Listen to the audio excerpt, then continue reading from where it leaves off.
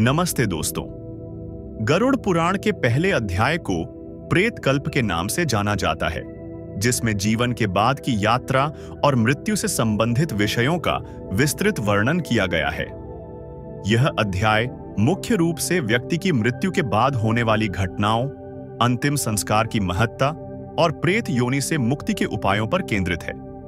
यहां गरुड़ पुराण के प्रथम अध्याय का सार है। गरुड़ पुराण प्रथम अध्याय का सार 1। मृत्यु का स्वरूप। गरुड़ पुराण में बताया गया है कि मृत्यु एक प्राकृतिक और अनिवार्य घटना है।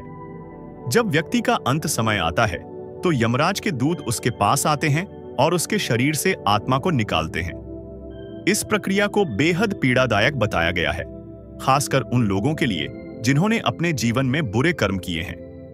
2। प्रेत योनि और प्रेत का कष्ट। मृत्यु के बाद आत्मा तुरंत मोक्ष प्राप्त नहीं करती, बल्कि एक प्रेत योनि में प्रवेश करती है। इस अवस्था में प्रेत को अत्यधिक भूख, प्यास और पीड़ा का अनुभव होता है। वह अपने पुराने घर और परिवार को छोड़कर जाना नहीं चाहता, जिससे उसे और अधिक कष्ट होता है। प्रेत को मुक्ति तभी मिलती है जब उसके परिजन विधि विधान के साथ उसका अंतिम संस्कार और श्राद्ध करते हैं। 3। अंतिम संस्कार और श्राद्ध की महत्ता। गरुड़ पुराण में अंतिम संस्कार, दाह संस्कार का बहुत महत्व बताया गया है। यह आत्मा को शरीर से पूरी तरह अलग करने और उसे प्रेत योनि से मुक्ति दिलाने में मदद करता है। इसके अलावा श्राद्ध और पिंडदान का भी विशेष उल्लेख है। इन कर्मों के द्वारा परिजन प्रेत को भोजन और जल पहुंचाते हैं, जिससे उसकी भूख प्यास शांत होती है और वह आगे की यात्रा के लिए तैयार होता है। यदि ये कर्म नहीं किए जाते तो प्रेत भटकता रहता है और परिवार के सदस्यों को भी कष्ट पहुंचा सकता है। 4। दान और धर्म का महत्व। इस अध्याय में बताया गया है कि व्यक्ति को अपने जीवन काल में दान और धर्म के कार्य अवश्य करने चाहिए।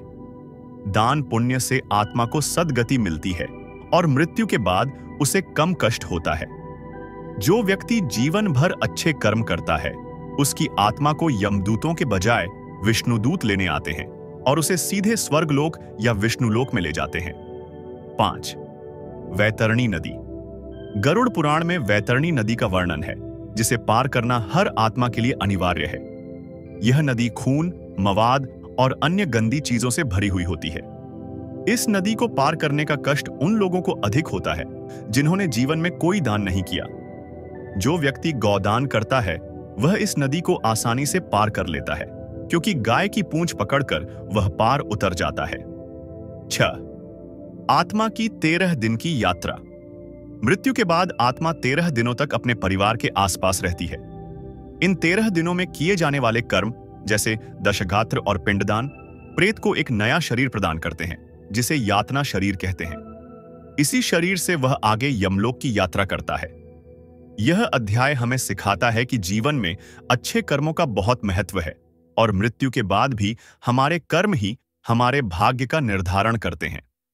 यह अध्याय हमें बताता है कि अंतिम संस्कार और श्राद्ध कर्म केवल एक परंपरा नहीं, बल्कि आत्मा को सद्गति दिलाने का एक महत्वपूर्ण साधन है।